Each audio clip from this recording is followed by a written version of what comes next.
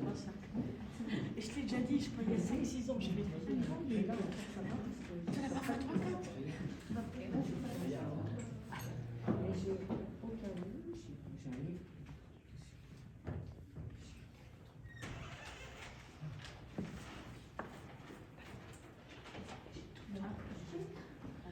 Alors, mesdames et messieurs, soyez les bienvenus. En tant qu'ambassadeur du Luxembourg en France, je vous souhaite la bienvenue et je vous remercie que vous ayez trouvé le temps, malgré la grève et malgré le beau temps, de venir ici ce soir. Donc, merci d'avoir accepté d'être ici pour cette performance lecture du livre Effaçonnement, qui est une collaboration artistique entre un poète, Jean Portante, et une artiste visuelle et éditrice, Wanda Miouléac. Ce n'est pas elle, Madame Miouléac à la Covid. Voilà. Donc elle regrette beaucoup de ne pas être avec nous, mais je vous laisserai la parole par après. C'est un projet à la fois artistique et européen, vu sa dimension multilingue. Et je pense que ce volet multilingue reflète aussi le quotidien luxembourgeois. Les luxembourgeois qui parlent le luxembourgeois, l'allemand, le français, l'anglais, le portugais pour les uns, ça dépend. Mais en tout cas, pour nous, nous vivons ce quotidien multilingue. Jean Portante, et que vous allez découvrir très bientôt, est l'un des représentants les plus éminents de la poésie du Luxembourg. Ce domaine littéraire est particulièrement important au Grand-Duché, où le printemps des poètes est très célébré, où les artistes visuels font souvent recours à l'écriture, comme Marco Godinho, pour ceux qui le connaissent, qui a participé aussi à la Biennale de Lyon et à la Biennale de Venise, ou encore Marie Capézius. En 2022, cette année donc, le Luxembourg sera pays invité à l'honneur au marché de la poésie, place Saint-Sulpice à Paris au mois de juin. Je vous y invite donc dès à présent à rencontrer nos auteurs d'aujourd'hui, dont Jean Portante, mais aussi bien d'autres, pour découvrir leurs livres, dont celui que vous allez découvrir en partie ce soir, ou encore l'anthologie de poésie luxembourgeoise, Ligne de partage, publiée chez Bruno Doucet. Et bien d'autres recueils individuels publiés notamment dans une très belle collection de poésie des éditions Phi. Et après notre spectacle, vous découvrirez certains livres de l'édition Phi juste à côté sur la table. Donc je vous souhaite une bonne soirée. Le spectacle devrait durer à peu près 1 heure et il sera suivi par un verre et quelque chose à manger avec ce verre. Donc, et vous aurez la possibilité de bouger et de découvrir aussi le jardin, comme c'est une très belle soirée. Donc merci beaucoup d'être venu et je passe la parole à madame. Je vous en prie. Merci.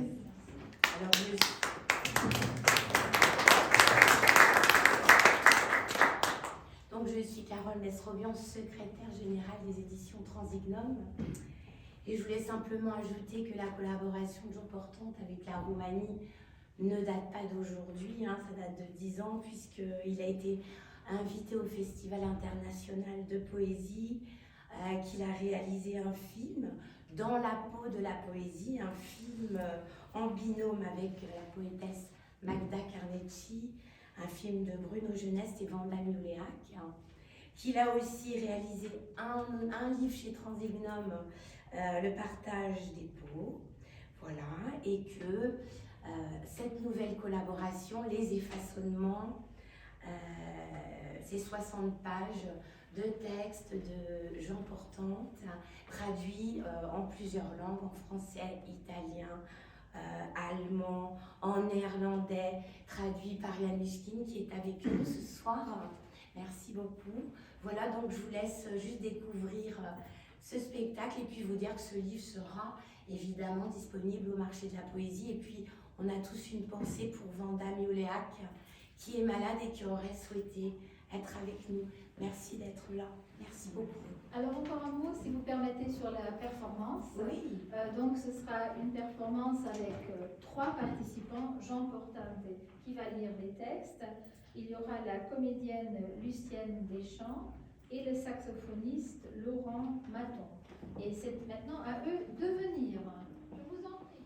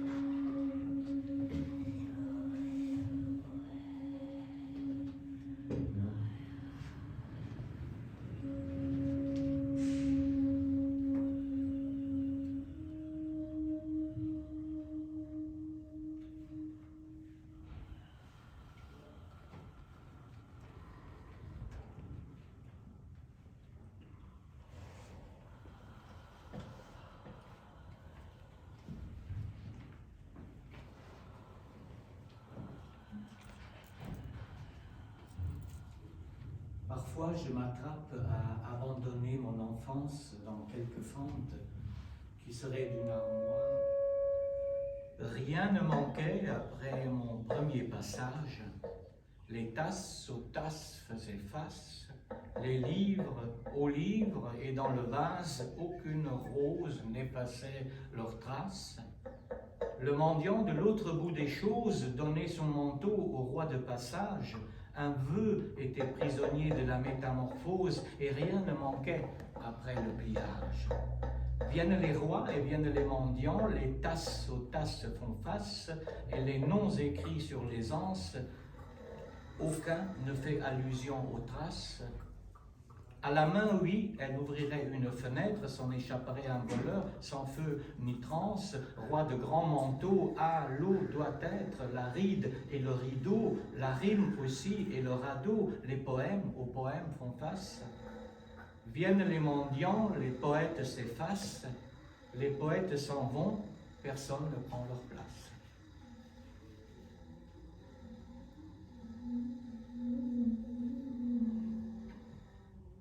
L'île n'apparaît que quand l'eau délire. Viennent les pêcheurs, que peuvent-ils bien lire dans une mer qui si loin se retire?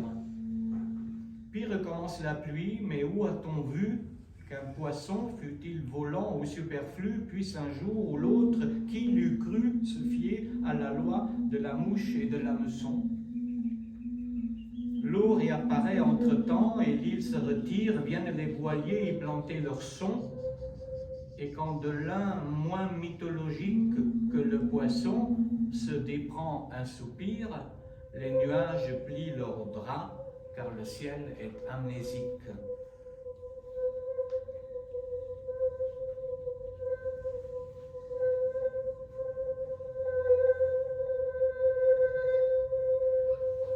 Céleste est le ménage, et quelques grands estropiés, comme si à punir il n'y avait que la beauté, cache sa nudité dans les plis de l'horizon, car c'est, entendons-nous bien, de tragédie qu'il retourne, et non de livres qu'on écrirait au passage de quelques caravanes travesties.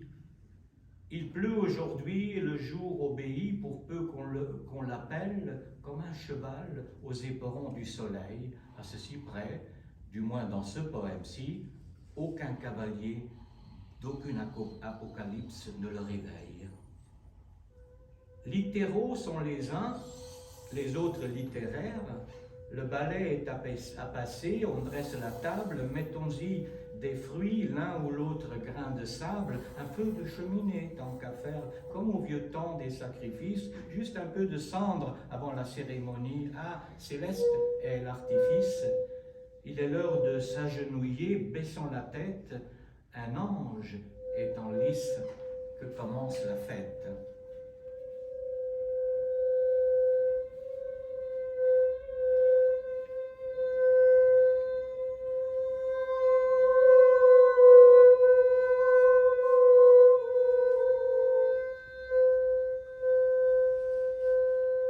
Quelle était la clé qui ouvrait la porte d'un hiver d'autrefois?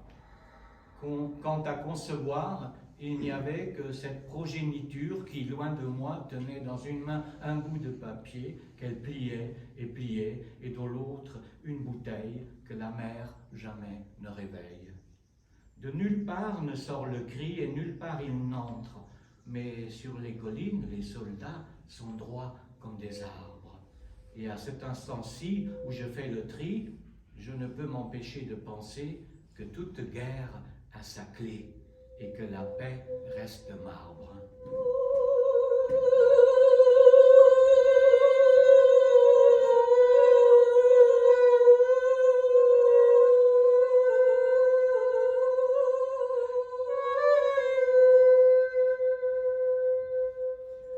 Ce qui entre dans la maison fermée par la force des choses, ce n'est pas, crois-moi, l'araignée qui, parce que la décennie qui finit ose oublier ce qu'elle n'a pas osé, tisse un fil si fin qu'au fil de l'histoire, il n'y a à ajouter que le dérisoire. À enlever, il n'y a rien non plus, alors elle mâche et remâche jusqu'à ce que les mailles soient si velues qu'une mouche, même lâche, n'arrive plus à s'y faufiler. La maison est fermée et passent les années, et ce qui y entre par la force des choses, ce n'est pas, crois-moi, l'araignée, c'est autre chose. Un haut ciel est visible de tous les rivages, à condition que tu ne t'inclines pas trop devant ces cailloux quand tu tournes la page. Qu'aucune main ne les ramasse, et voilà que, comme des mangeurs de nuit, ils ne dorment presque plus, parce qu'ils étaient sans nom jadis, et le ciel non plus n'avait pas de nom, et toute la lumière n'était pas encore lasse.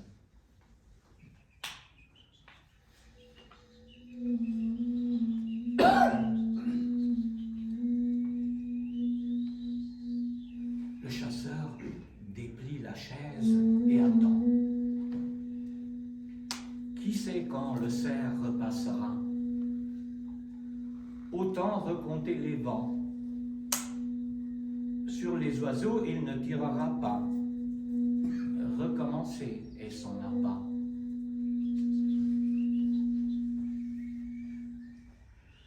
Je fouille dans la cendre comme on fouille dans un passé, jusqu'à ce qu'un alphabet, plus vieux que l'alphabet, me fasse signe d'allumer un contre-mot.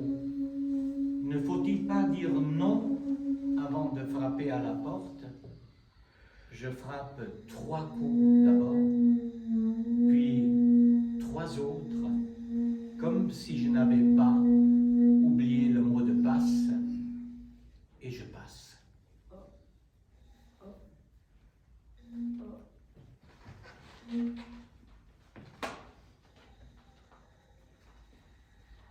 Bon, maintenant dans le livre, ce livre est en 2 parties. La première partie, on la fera en 2e partie. Et la 2e partie, c'est 5 textes inédits, donc, qui seront dans mon prochain livre, que j'ai intitulé provisoirement La panthère parfumée. Peut-être vous souvenez-vous de La panthère parfumée. Elle apparaît chez Dante. Pour Dante, la panthère parfumée, c'est la poésie. Parce qu'on n'arrive pas à l'attraper. On sait qu'elle est là parce qu'elle laisse son parfum. Et puis quand on veut s'en approcher, elle n'est pas là, il n'y a que son parfum. Donc on n'arrive même pas, et ça c'est un autre poète italien qui l'ajoute, Zanzotto, Andrea Zanzotto, on n'arrive même pas à l'attraper par la queue. Mais elle est là, tout le temps insaisissable. Et de là est en train de naître un livre dont les 5 premiers textes sont dans ce livre d'artiste.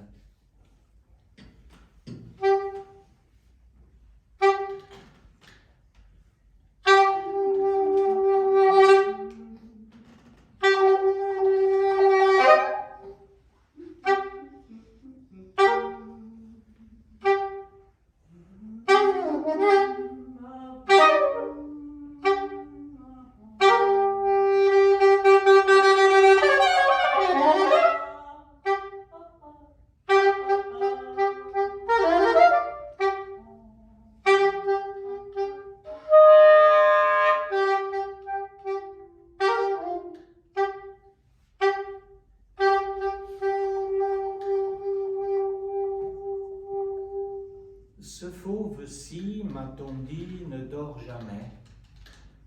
Pas de forêt en lui, mais le rêve de la forêt. Et ensuite le rêve d'une autre forêt. Entre-y sans toucher à l'obscurité. L'œil veille pourtant, mais aucune sentinelle, ni de la nuit, ni du jour, devant l'entrée. J'entre. La clé se trouve sous l'arbre. Et la bougie dans les branches. Allumons-la, ne l'allumons pas.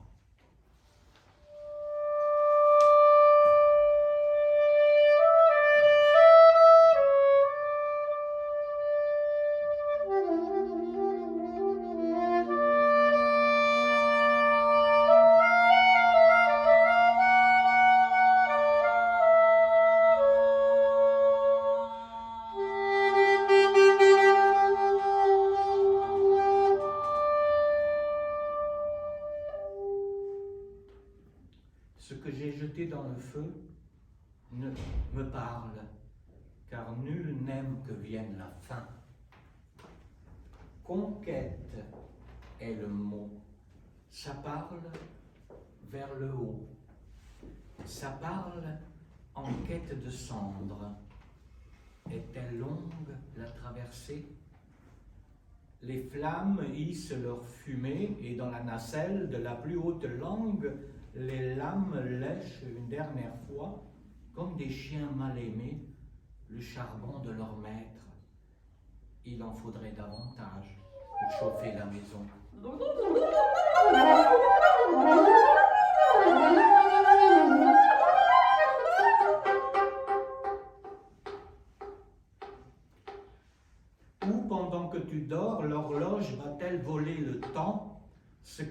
pendule contre le mur des heures, elle revenait, les hirondelles, et toi, tu partais.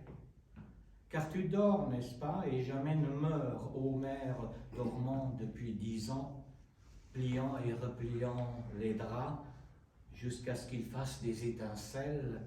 Elle revenait, les hirondelles, et toi tu partais.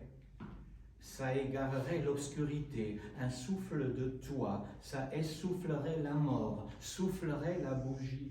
Elle revenait, les hirondelles, et toi tu partais.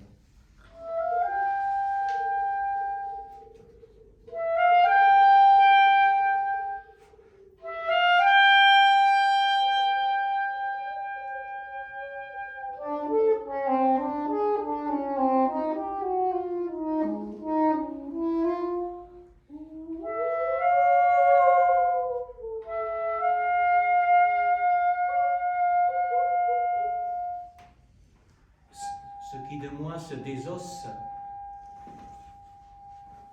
je le sème derrière moi, pour donner à manger à la mangeuse de chemin. Elle mange, et os après os, grandit le désir de lui tourner la tête. Tête tournée, tête qui tourne, que se désosse la prudence, chemin faisant, qu'elle perde la raison comme je perds mes os.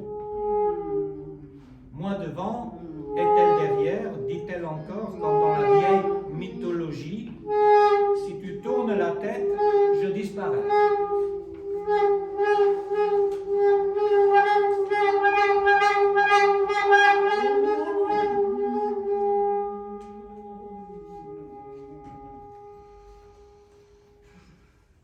Le figuier est sorti de l'aube, de l'autre terre, et je suis passé devant une canne blanche à la main, les fruits tâtonnaient. Un faiseur de pain, non loin de là, pétrissait la farine et la levure, mais la lune se dégonflait. Ah, l'odeur du pain avant le pain, la lune qui sort de l'écume de l'aube, comme naissant d'un figuier aveugle. Est-ce tout ce qui reste quand sont cuites dans le four d'autrefois les légendes d'aujourd'hui?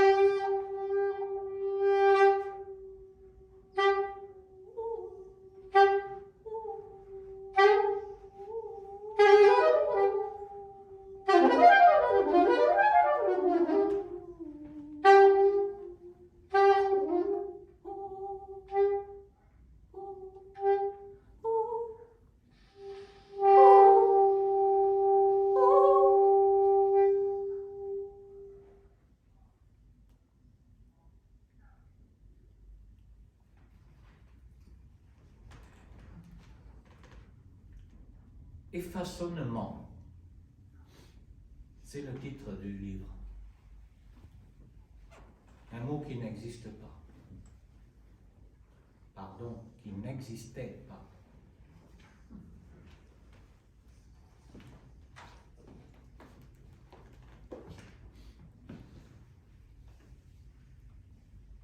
Et tu descendais du train, Marie du corps, alors que passait dans ta filiation wagonneuse, comme dans le regard d'une parturiente, une enfance que longtemps j'ai poussée devant moi, comme on pousse un attelage qui a hâte de s'en aller, avec son cheval effacé. Puis le temps s'est écoulé, mais c'était des gouttes d'huile. Elles ouvraient leurs yeux à la surface de l'eau bouillante et comme un alphabet qui, sympathique, s'endort, elle les refermait. L'eau bouillait jadis et elle avait tes yeux. Dans l'un, le cheval évaporé devenait une automobile d'hiver parce qu'il avait neigé la veille et qu'à enterrer, il y avait le paysage. Dans l'autre, Marie était un flocon et le corps prenait son envol, car il fallait apprendre à voler avant de mourir. Et les anges existaient, et les ailes ne fondaient pas. Et l'huile, mon beau carburant, mon huile poétique, déjà s'évaporait.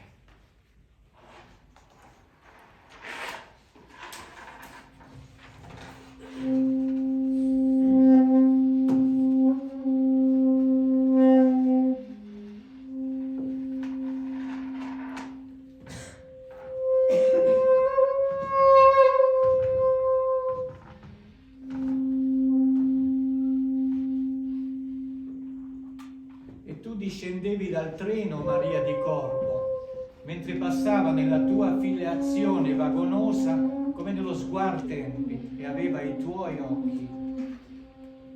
Nell'uno un cavallo svaporato diventava un'automobile d'inverno poiché aveva nevicato il giorno prima e che da seppellire c'era solo il paesaggio. Nell'altro Maria era un fiocco e il corpo prendeva il volo, perché si doveva imparare a volare prima di morire, e gli angeli esistevano, e le ali non si scioglievano, e l'olio mio bel carburante, il mio olio poetico, già evaporava.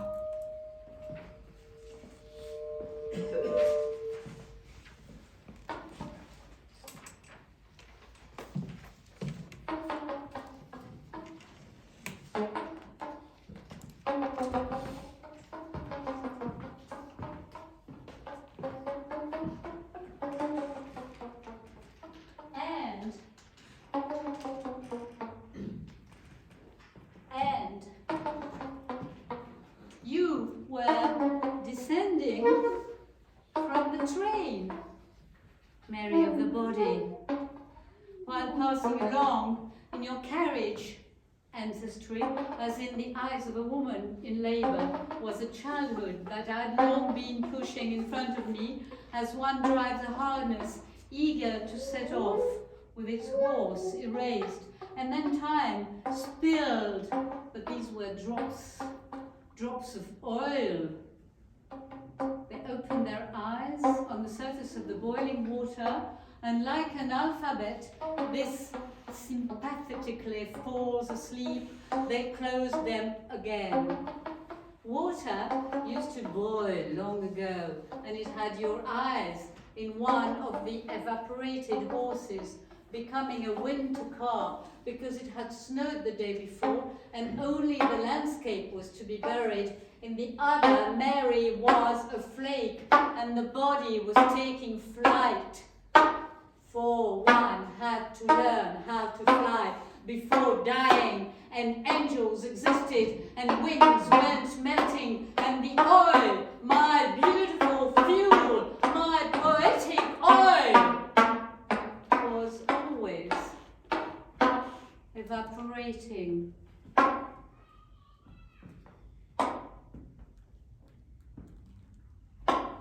Descendías del tren, María del Cuerpo, mientras pasaba en tu filiación vagonosa, como en la mirada de una parturienta, una infancia que durante mucho tiempo empujé delante de mí, como se empuja un carruaje que está ansioso por irse, con su caballo borrado. Luego el tiempo corrió, pero eran gotas. Und du entstiegest den Zug, Maria, während dahin fuhr in deiner reisenden Abstammung wie im Blick einer Gebärenden eine Kindheit, die ich lange vor mich hinschob, wie man ein Gespann schiebt, das darauf brennt, davon zu gehen mit seinem ausgewischten Pferd. Dann verging die Zeit, aber es waren Tropfen.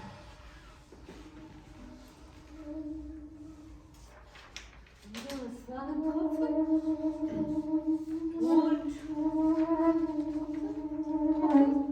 Und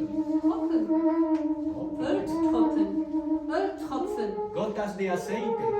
Sie öffneten ihre Augen Abrían los ojos. auf der Oberfläche des kochenden Wassers. En la superficie del agua hirviente.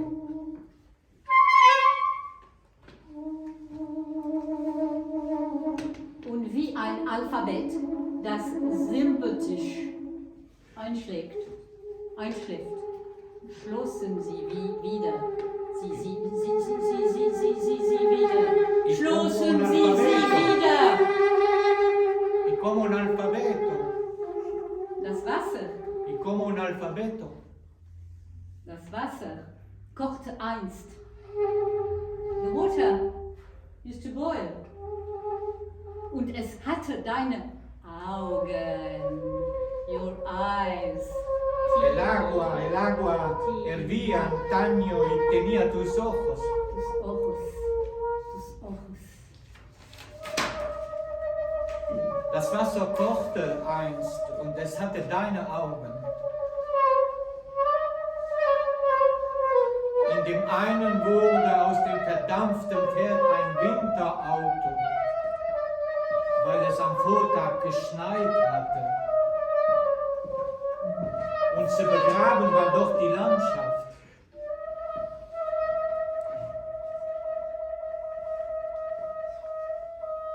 In dem anderen war Maria eine Flocke und der Körper begann seinen Flug.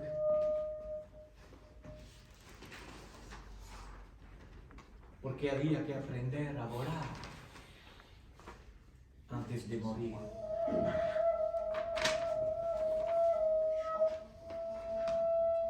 Y los ángeles existían y las alas no se fundían. Y el aceite, mi bello carburante.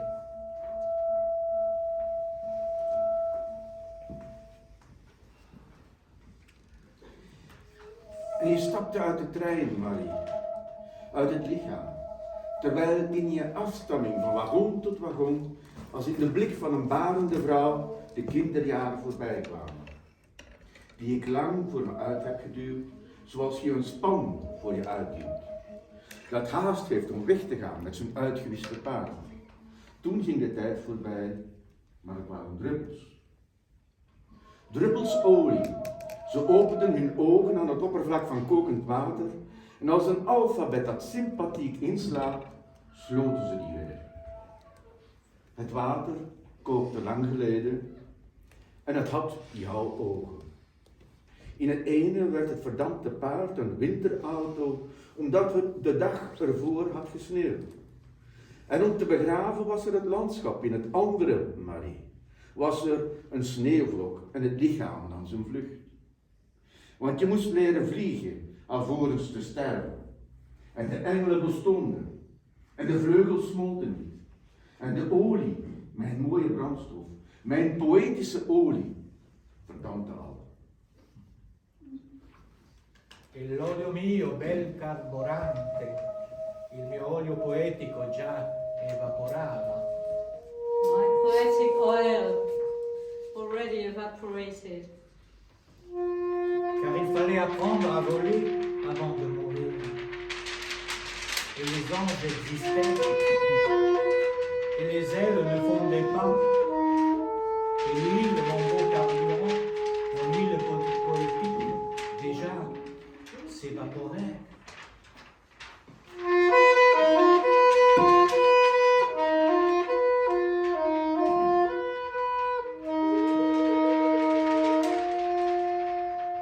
Das Wasser kochte einst und es hatte deine Augen.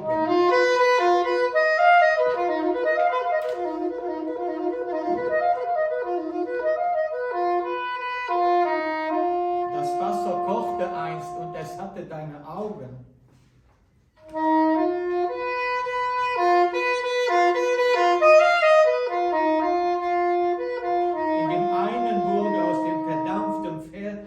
Winterauto, weil es am Vortag geschneit hatte.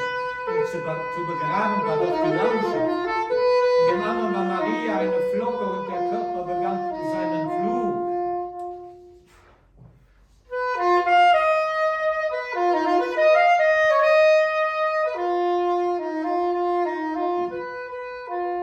And you were descending from the train, Mary of the body, while passing along in your carriage ancestry, as in the eyes a woman in labor was a childhood that had long been pushing in front of me, as one drives a harness eager to set off, with its horse erased, and then time spilled. But these were drops. In dem einen wurde auf dem verdampften Pferd ein Winterauto, weil es am Vortag geschreit hatte, und zu begraben war dort die Landschaft. In den anderen war Maria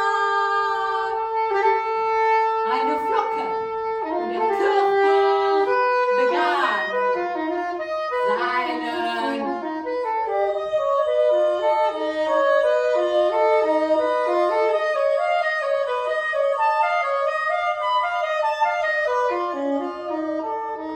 En uno de ellos el caballo evaporado se convertía en un coche de invierno porque había nevado el día anterior y que lo que había que enterrar era el paisaje. En el otro María era un copo y el cuerpo levantaba el vuelo. Nell'uno cavallo svaporato diventava un automobile d'inverno poiché aveva nevicato il giorno prima e che da seppellire c'era solo il passeggio. Nell'altro Maria ignara un fiocco e il corpo prendeva il volo.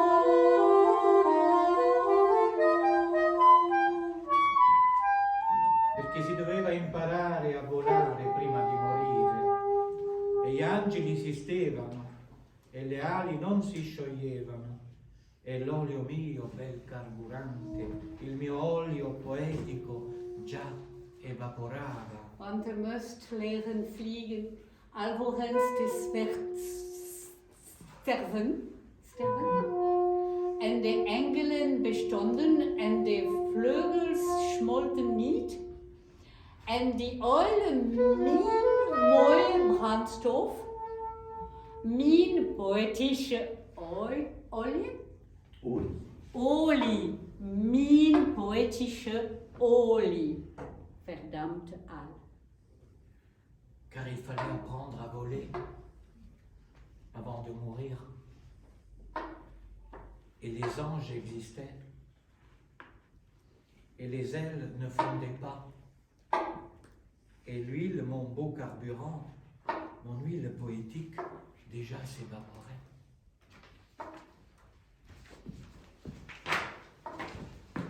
For one had to learn how to fly before dying, and angels existed, and wings went melting, and the oil, my beautiful fuel, my poetic oil, was already evaporating. Porque había que aprender a volar antes de morir. Y los ángeles existían, y las alas no se fundían, y el aceite, mi bello carburante, mi aceite poético, se iba evaporando.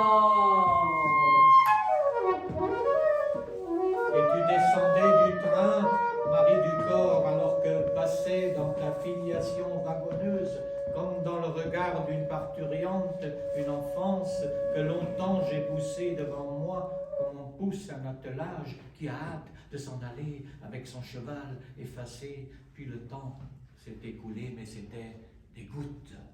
Des gouttes d'huile, elles ouvraient leurs yeux à la surface de l'eau bouillante, et comme un alphabet qui sympathique s'endort, elles les refermaient.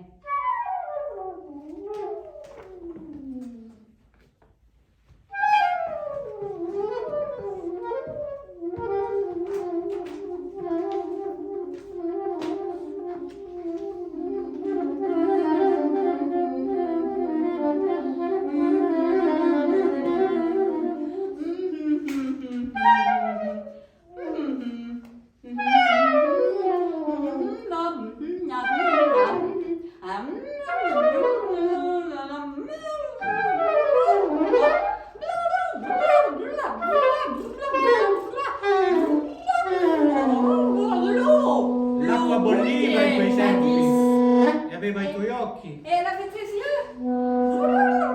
L'acqua bolliva in quei tempi, aveva i tuoi occhi.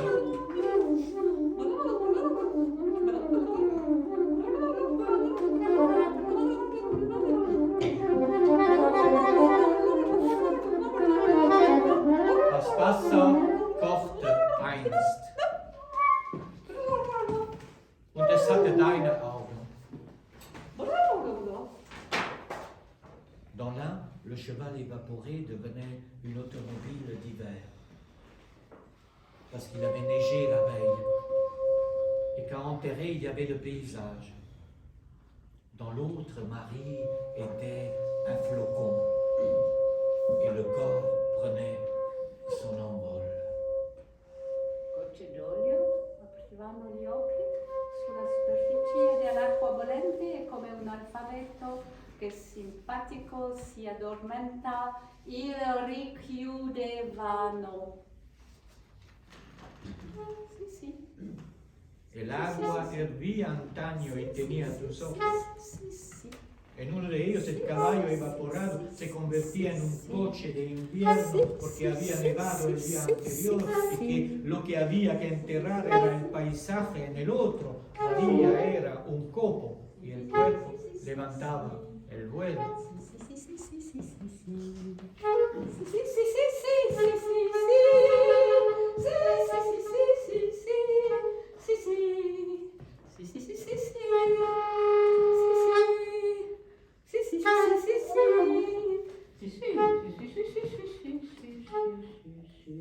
Todas de frente abrían los ojos en la superficie del agua hirviente. Y como un alfabeto que simpático se duerme, los volvieron a cerrar. Perché si doveva imparare a volare prima di morire. E gli angeli esistevano e le ali non si scioglievano. E l'olio, mio bel carburante, il mio olio poetico già evaporava.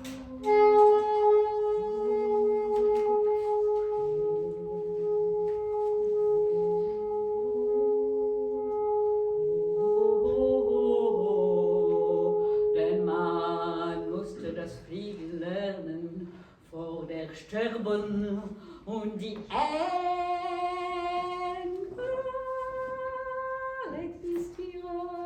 existierten und die Flügel schmolzen nicht und das Öl, mein schöner Treibstoff, mein poetisch Öl, dampfe auf, Mon huile poetique, dampfe auf. il mio olio poetico, Dampfe auf, mein poetisches Öl, dampfe my poetic oil, auf, Mijn poëtische olie. dampfe mi aceite poetico, my poetic oil, mon huile poetica, Mijn poëtische olie. mi aceite